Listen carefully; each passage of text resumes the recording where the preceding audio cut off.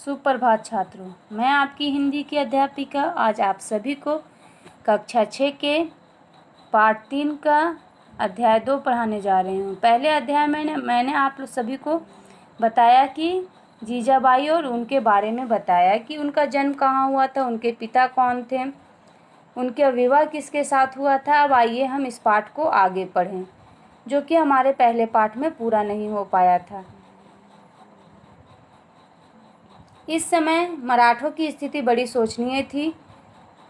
वे भाड़े के सिपाही थे। उन्हें कभी दिल्ली के मुगल सम्राट की ओर से और कभी दक्षिण के मुगल बादशाहों की ओर से लड़ना पड़ता था। इसलिए निजाम शाह सुल्तान द्वारा धोखे से जीजाबाई के पिता और भाई का वध कर दिया गया। इससे जीजाबाई दुखी थी। इन दिनों वे सिवनेर के दुर्ग में रहती थी। उन्होंने दुर्ग की अधिष्ठात्री शिवाई देवी से प्रार्थना की कि मुझे ऐसा वीर पुत्र प्राप्त हो जो महाराष्ट्र में एक स्वतंत्र मराठा राज्य की स्थापना करने में सफल हो। उन्होंने अपनी शिवाई देवी से यह प्रार्थना की कि उन्हें एक वीर पुत्र प्राप्त हो जिससे कि वो मराठों का स्थापना करने में सफल हो पाए। 10 अप्रैल सन 1627 ईस्वी को जीजाबाई ने एक पुत्र रत्न को जन्म दिया, जिसका नाम शिवाई देवी के नाम पर ही उन्होंने शिवाजी रखा। यही बालक आगे चलकर छत्रपति शिवाजी के नाम से विख्यात हुआ, जिन्हें आज भी हम कई कहानियों में पढ़ते हैं। छत्रपति शिवाजी के बारे में ये उन्हीं के बारे में है। और उसने अपनी माता के स्वतंत्र महाराष्ट्र राज्य के स्वप्नों को पूरा किया। अब आइए आगे पढ़ते हैं कि किस प्रकार उन्होंने अपने माँ के सपनों को पूरा किया है। माता जीजाबाई बड़े प्रेम से बालक शिवाजी को पूर्वजों के शौर्य और देश के प्राचीन वैभव की कहानियां सुनाती थी, जिससे कि उसके हृदय में साहस, वीरता और महत्वाकांक्षा की भावना आती रहे। रामायण और महाभारत की कहानियां शिवाजी बड़े चाव से सुनते। इसका असर उन पे ये हुआ कि कथा पुराण सुनने और देवताओं में आस्था रखने की उनकी ये आदत बचपन से ही उनमें आ गई। इस प्रकार माता जीजाबाई की शिक्षा पाकर शिवाजी का धर्मनिष्ठ, मातृभक्त एवं महत्वाकांक्षी वीर युवक के रूप में विकास हुआ। जब शिवाजी लगभग 12 वर्ष के थे तो उनके पिता शहाजी उन्हें उनकी माता जीजाबाई को बीजापुर ले गए। यानी शिवाजी के 12 वर्ष की उम्र में ही उनके पिता, उनकी माँ और उन्हें बीजापुर ले जाते हैं। वहाँ वे सुल्तान के मुख्यमंत्री थे। उस समय तक माता जीजाबाई की शिक्षा का बालक शिवाजी पर इतना प्रभाव पड़ चुका था कि उन्हें बीजापुर का दरबारी जीवन भर पसंद न आया। उन्हें अपने पिता का बीजापुर के सुल्तान को झुककर सलाम करना अच्छा नहीं लगता था। वे माता जीजाबाई से आकर दरबार की बातें बताते और अपने पिता की आलोचना करते हैं। माता जीजाबाई उनके स्वतंत्र विचारों की सराहना करती और उन्हें अलग राज्य स्थापित करने के लिए हमेशा उत्साहित करती थी, जिससे आत्मसम्मान की रक्षा हो सके। शहाजी ने देखा कि बालक शिवाजी को दरबारी जीवन भर पसंद नहीं, तो उन्हें जीजाबाई के साथ पूना भेज दिया। पूना में रहकर शिवाजी स्वतंत्रता पूर्वक जीवन व्यतीत करने लगे और वहीं उन्होंने अपनी माता से जागीर प्रबंध की शिक्षा ग्रहण की। माता जीजाबाई की प्रेरणा से शिवाजी ने छोटे छोटे किले जीतकर स्वतंत्र महाराष्ट्र राज्य स्थापित करने का प्रयास प्रारंभ कर दिया।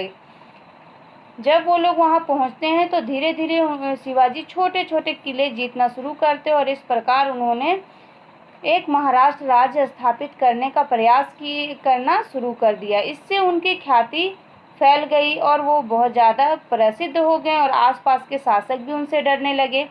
एक बार माता जीजाबाई ने शतरंज के खेल में शिवाजी को मात दे दी तो शिवाजी ने अपनी पराजय स्वीकार करते हुए माँ से कहा कि आप जीत के लिए मुझसे जो मांगना चाहती हो मांग लो। माँ बोली, अगर देना ही चाहते हो तो मुझे सिंहगढ़ का पहाड़ी दुर्ग मुगलों के हाथ में था और वह अज्ञ समझा जाता था। उदय भानु नाम के एक राजपूत मुगलों की ओर से उसका प्रबंध करता था। उदय भानु के पास बहुत बड़ी मुगल सेना थी। यह शिवाजी को भली भांति मालूम था। अतः उन्होंने अपने मित्र तानाजी मालसुरे के पास संदेश भेजा कि माता जीजाबाई तुरंत बुला रही है। तानाजी अपने पुत्र के विवाह की तैयारी में लगे थे, परंतु जीजाबाई का संदेश पाते हुए चल पड़े। यह ज्ञात होने पर कि उन्हें सिंहल जीतना है, अपने छोटे भाई सूर्याजी को लेकर उन्होंने 1000 सैनिकों के साथ सिंहल को घेर लिया। भयंकर युद्ध हुई, जिसमें उदय भानु और तानाजी दोनों मारे गए। किला मराठों के हाथ आ गया। शिवाजी को दुर्ग पर अधिकार हो जाने का हर्ष तो हुआ, उन्हें बहुत खुशी हुई कि उन्हें जीत हुई, मगर उन्हें यह दुखद समाचार सुनकर बहुत दुख हुआ कि उनके तानाजी की मृत्यु हो चुकी है। वे माता जीजाबाई के पास अपने रोए हुए कंठ से बोलते हैं, गढ़ आला प्राण सिंह गड़ेला, अर्थात गढ़ तो आ गया, यानी जीत तो हासिल हो गई, परंतु हमारे सिपाही, हमारे योद्धा नहीं रहे। माता जीजाबाई को भी तानाजी की मौत से पुत्र वियोग का दुख हुआ, क्योंकि उन्हें वो अपने पुत्र के समान ही मानती थी। जीजाबाई ने शिवाजी को स्त्री मात्र का आदर करने की शिक्षा दी थी, जो हमने पहले पाठ में भी पढ़ा कि उन्होंने अपने पुत्र को क्या क्या शिक्षा दी। उन्होंने हमेशा से ही स्त्रियों को आदर करने और सम्मान के साथ, आदरपूर्वक सम्मान के साथ उन्हें देखने की और उनके साथ सम्मान करने की शिक्षा दी थी। इसलिए शिवाजी ने अपने सैनिकों को विशेष रूप से यह आज्ञा दी थी कि युद्ध में किसी भी स्त्रियों को बंदी न बनाया जाए, और यदि कभी शत्रु पक्ष से कोई स्त्री आ भी जाए तो उसे सम्मानपूर्वक उसके संरक्षकों के पास पहुंचा दिया जाए। जब शिवाजी के सेनापति आबाजी सोनदेव ने कल्याण प्रदेश के शासक मुल्ला अहमद की सुंदर पुत्र वधू को बंदी बना लिया, तो शिवाजी ने उस बंदिनी में अपनी मां के ही दर्शन किए और उसे बड़े आदर के साथ उसके ससुर के पास भेज दिया।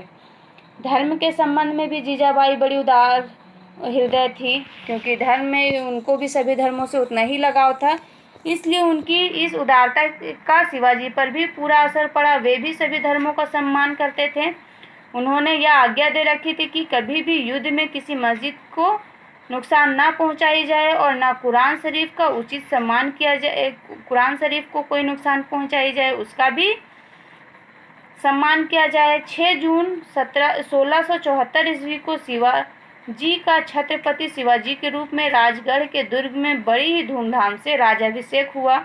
उस समय शिवाजी की जय जयकार हुई, उनकी माता जीजाबाई की भी जय जयकार हुई, और इस जय जयकार से पूरा जमीनो आसमान गूंज उठा। शिवाजी के राज्याभिषेक के 12 दिन बाद 80 वर्ष की आयु में जीजाबाई का शरीरांत हो गया, यानी 80 वर्ष की उम्र में वो स्वर्गवास हो गईं। इस स्वतंत्र महाराष्ट्र साम्राज्य की स्थापना का उनका सपना पूरा हो चुका था। इस प्रकार जिस तरह की शिक्षा उन्होंने अपने पुत्र को दी थी, उसी प्रकार उनके पुत्र ने भी उनके शिक्षाओं का पालन करते हुए उनके सपनों को पूरा किया। पाठ यहीं पे समाप्त होता है। उम्मीद करते हैं बच्चों आप सभी ने इस पाठ को समझा होगा। धन्यवाद।